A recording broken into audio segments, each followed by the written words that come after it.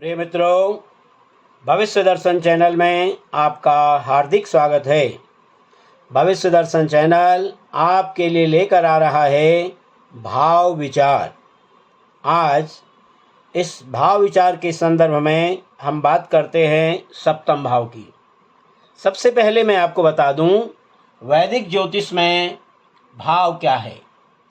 वैदिक ज्योतिष में 9 ग्रहों में से प्रत्येक ग्रह हमारी ये जो जन्म कुंडली है, इस जन्म कुंडली में किसी न किसी भाव में स्थित रहते हैं। यह स्थिति न केवल आपके स्वयं के व्यक्तित्व के बारे में एक दृष्टि प्रदान करती है, बल्कि यह भी बताती है कि आप प्रकृति व समाज से कैसे जुड़े हुए हैं और अपने आसपास की दुनिया के साथ सह अस्तित्व किस प्रकार बनाए रखते हैं। इसके अलावा आपकी कुंडली के जो कुल 12 भाव हैं, आप ये देख रहे हैं, प्रथम भाव, द्वितीय भाव, तृतीय, चतुर्थ, पंचम, षष्ठ, सप्तम, अष्टम, नवम, दशम, एकादश और द्वादश, ये जो हमारे 12 भाव हैं, ये हमारे भूत, वर्तमान और भविष्य के बारे में जानकारी प्राप्त करने के लिए एक माध्यम या मार्ग की तरह हैं। जैसे ही आकाश में ये ग्रह गोचर करते हैं, ये आपके जीवन में विभिन्न घटनाओं को अस्तित्व में लाते हैं। ये तो रही सामान्य बात वैदिक ज्योतिष में भाव की। अब बात करते हैं कि सप्तम भाव की। ज्योतिष में ये जो सप्तम भाव है हमारा, ये सप्तम भाव साझेदारी का घर माना जाता है। विवाह इन सभी में सबसे महत्वपूर्ण है। इसे हम सप्तम भाव को विवाह का भाव भी कहते हैं। इस भाव में शादी विवाह से जुड़ी हर चीज का राज समाहित होता है। विपरीत लिंग के प्रति आपका आकर्षण, एक साथी की इच्छा, यौन कल्पनाएं, प्रतिबद्धता, जुनून, संपत्ति और समझने का स्तर आपकी कुंडली के सप्तम भाव में ग्रहों की स्थिति से नियंत्रित होता है। यानी कि सप्तम भाव में कौन सा ग्रह बैठा है, वो किस प्रकार का प्रभाव आपके जीवन में डालेगा, ये हम सारी चीज़ें इससे जान सकते हैं। अब बात करते हैं सप्तम भाव की जो बुनियादी बातें हैं। वैदिक नाम क्या है सप्तम भाव का? इसको हम पत्नी भाव भी कहते हैं।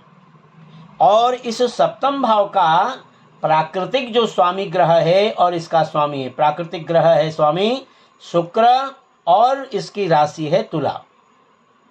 शरीर से संबद्ध कौन कौन से अंग हैं जिनको ये प्रभावित करता है? गुर्दे, पीठ के निचले हिस्से में और निचले श्रेणी के क्षेत्र के, इससे जो है शरीर से ये संबंधित अंग हैं। और सप्तम भाव के जो संबंध हैं वो किस किस के साथ हैं? रोमांटिक पार्टनर और अन्य लोग जिनके साथ हम साझेदारी में हैं। अब सप्तम भाव की गतिविधियां कौन कौन सी होती हैं? सप्तम भाव की जो गतिविधियां हैं वो है यौन संबंध, व्यापारिक वार्ता, कूटनीति, दूसरों के साथ सुखद वार्तालाप, बहस और सहिष्णुता। तो ये रही सप्तम भाव की बुनियादी बातें। अब बात करते हैं कुंडली के सप्तम भाव में विभिन्न ग्रहों के प्रभाव। कुछ ग्रह जो सप्तम भाव में हैं, जैसे हम मानते हैं यहाँ पर सप्तम भाव है आपका। सप्तम भाव में यदि कुंडली में सूर्य की स्थिति है, तो सप्तम भाव में सूर्य की जो स्थिति है, ये हमें विवाह या व्यावसायिक सहयोग से लाभ दिलाएगा। यह हमें क्या करेगा? सुरक्षा की भावना और अधिक आत्मविश्वास प्रदान करता है। यानी हम ये कह सकते हैं, जिस जातक के सप्तम भाव में सूर्य है, तो वह सूर्य जो है जातक को सुरक्षा की भावना के साथ साथ आत्मविश्वास भी प्रदान करता है। ये तो रही बात सूर्य की। अब बात करते हैं सप्तम भाव में चंद्रमा की। जिस जातक के सप्तम भाव में चंद्रमा होता है, इस तरह से ऐसा जातक जो है आपको एक प्यार करने वाला, दयालु और सहयोगी जीवन साथी मिलने की संभावना बनाता है। यानी हम ये कह सकते हैं, जिस जातक के सप्तम भाव में चंद्रमा होता है, उसे उसका जो जीवन साथी है वो अत्यंत प्यार करने वाला, दयालु और सहयोगी के रूप में मिलता है। साथ ही जो चंद्रमा का जो प्रभाव है वो हमारे भागीदार, क्योंकि ये सप्तम भाव जो है व्यवसाय का भी है, भागीदारों का भी है, साझेदारों का भी है।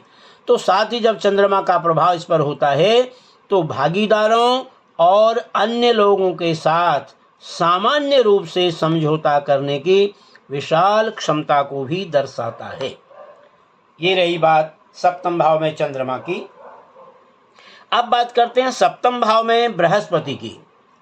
तो जिस जातक के सप्तम भाव में बृहस्पति स्थित होता है, ऐसा जातक शादी या साथी के माध्यम से धन प्राप्त करने के लिए अनेक अवसर प्राप्त करता है। यानी हम ये कह सकते हैं, जिस जातक के सप्तम भाव में गुरु है, बृहस्पति है, उसमें शादी या साथी के माध्यम से जातक को धन प्राप्त करने के बहुत सारे अवसर प्राप्त होते हैं।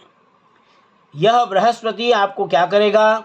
बहुत अधिक आशावादी और दूसरों से अपेक्षा करने के लिए प्रेरित करता है। सप्तम भाव में जो गुरु की स्थिति है वो जातक को सुखी भागीदार, बहुत सम्मान और प्रसिद्धि देता है। व्यवसाय में यह स्थिति ऐसे जातक को उच्च लक्ष्य की प्राप्ति कराती है, लेकिन व्यावसायिक मामलों में ऐसा जातक बहुत आदर्शवादी भी बन सकता है। अब बात करते हैं सप्तम भाव में शुक्र की। जिस जातक के सप्तम भाव में शुक्र होता है, वह जातक एक सुखी वैवाहिक जीवन का आनंद ले सकता है। ऐसे जातक को विवाह के बाद उसकी आर्थिक और सामाजिक स्थिति में भी सुधार हो सकता है। या हम ये कह सकते हैं कि भाई विवाह के बाद ऐसे जातक के जीवन में आर्थिक स्थिति सुधर जाती है। शुक्र की जो ये स्थिति है, ऐसे जातक को बहुत सी रोमांटिक इच्छाएं और लालसा भी दे सकती है। ऐसे जातक प्रायः एक सुंदर साथी चाहते हैं, जिसके साथ आप धन और जीवन की सुख सुविधाओं का आनंद ले सकें। ये रही बात सप्तम भाव में शुक्र की। अब बात करते हैं सप्तम भाव में मंगल की। जिस जातक के सप्तम भाव में मंगल होता है, तो ये सप्तम भाव का जो मंगल है वो जातक को मांगलिक बनाता है। तो इस दृष्टि से हम देखते हैं तो आपका जो रिश्ता है वो एक भावुक और समर्पित होगा। आप एक ऐसे साथी की तलाश करते हैं जो सक्रिय और साहसी हो। ऐसा व्यक्ति जो आपके कंधे से कंधा मिलाकर खड़ा हो सकता है। सप्तम में मंगल की जो स्थिति है वो आपके साथी के साथ विवाह या व्यवसाय में कुछ समस्याएं भी पैदा कर सकती है। इसलिए सप्तम भाव का मंगल जो होता है मांगलिक है। प्राय हम ये कहते हैं कि भाई मांगलिक पुरुष के साथ मांगलिक कन्या का ही जो है विवाह करना चाहिए। ये इसी प्रकार से जो इस मांगलिक दोष को समाप्त करने के लिए बताया जाता है। अब बात करते हैं सप्तम भाव में बुध की स्थिति। तो सातवें भाव में जिस जातक के बुध होता है, उससे ये पता चलता है कि आपका सामान्य लोगों के साथ अच्छा व्यवहार रहेगा। यानी बुध जो है वो जातक को व्यवहार कुशल बनाता है। हालांकि यह स्थिति हमारे रोमांटिक रिश्तों के लिए समस्यादायक भी हो सकती है, क्योंकि बुध को नपुंसक ग्रह बताया है। तो सप्तम भाव जो हमारे रोमांटिक भाव है, स्त्री का भाव है, उसमें जो है ये कुछ समस्याएं भी पैदा कर सकता है। अब हम बात करते हैं यहाँ पर सप्तम भाव में शनि की।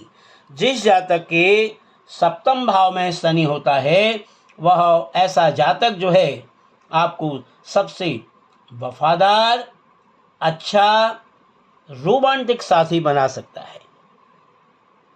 संभावना है कि ऐसा जातक प्यार से ज़्यादा भावनात्मक सुरक्षा की ज़रूरत में शादी करेगा।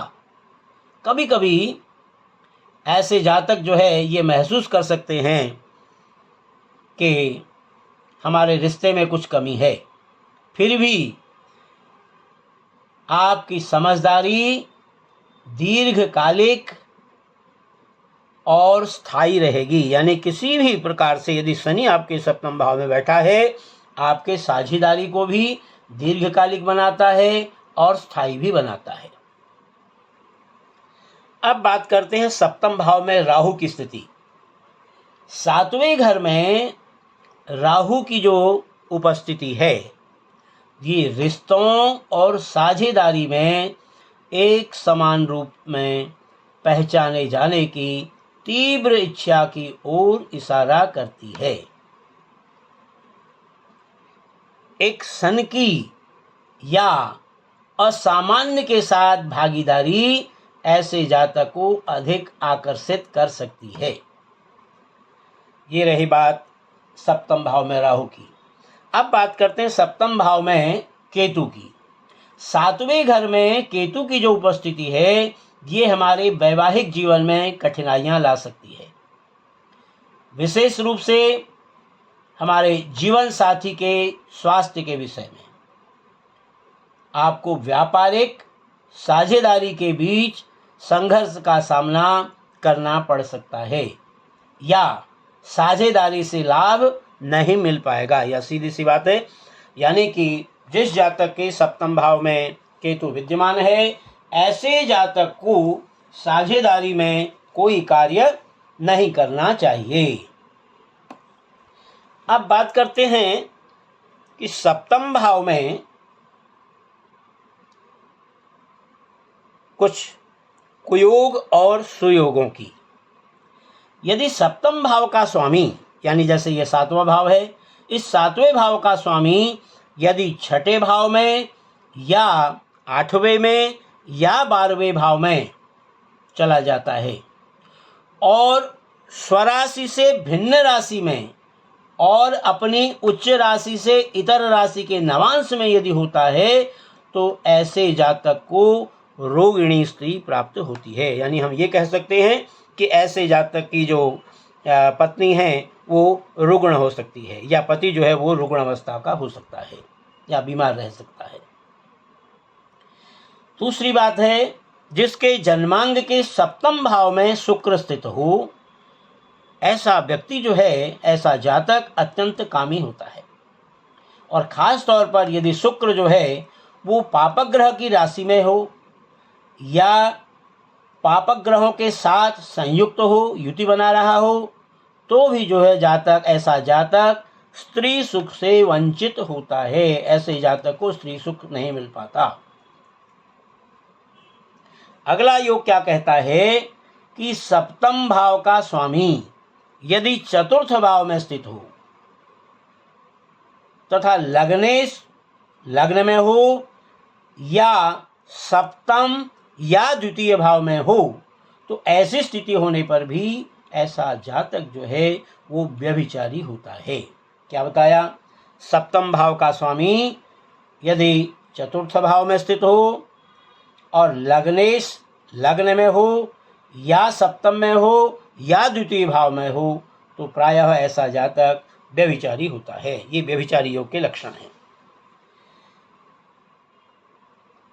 दूसरा नियम क्या कहता है कि अष्टमाधिपति से दृष्ट, यानी कि आठवें अष्टमेश से दृष्ट जितने ग्रह अष्टम भाव में स्थित होंगे जातक के उतने ही विवाह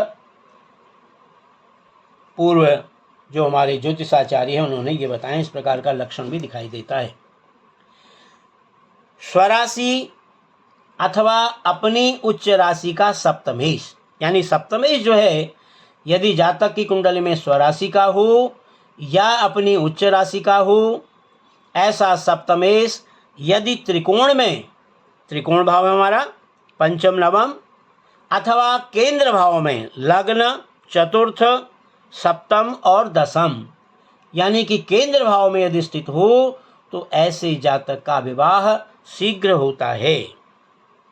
प्रिय मित्रों, यह था आज भाव विचार में सप्तम भाव का विचार। आशा है आपको हमारी यह वीडियो अच्छी लगी होगी। यदि आपको यह वीडियो अच्छी लगे तो आप हमारी वीडियो को लाइक करें, शेयर करें और हमारे इस चैनल को सब्सक्राइब करना भी न भूलें। फिर इसी प्रकार की नई वीडियो लेकर आपके सामने उपस्थित होंगे। तब तक के लिए आप सभी का हार्दिक धन्यवाद।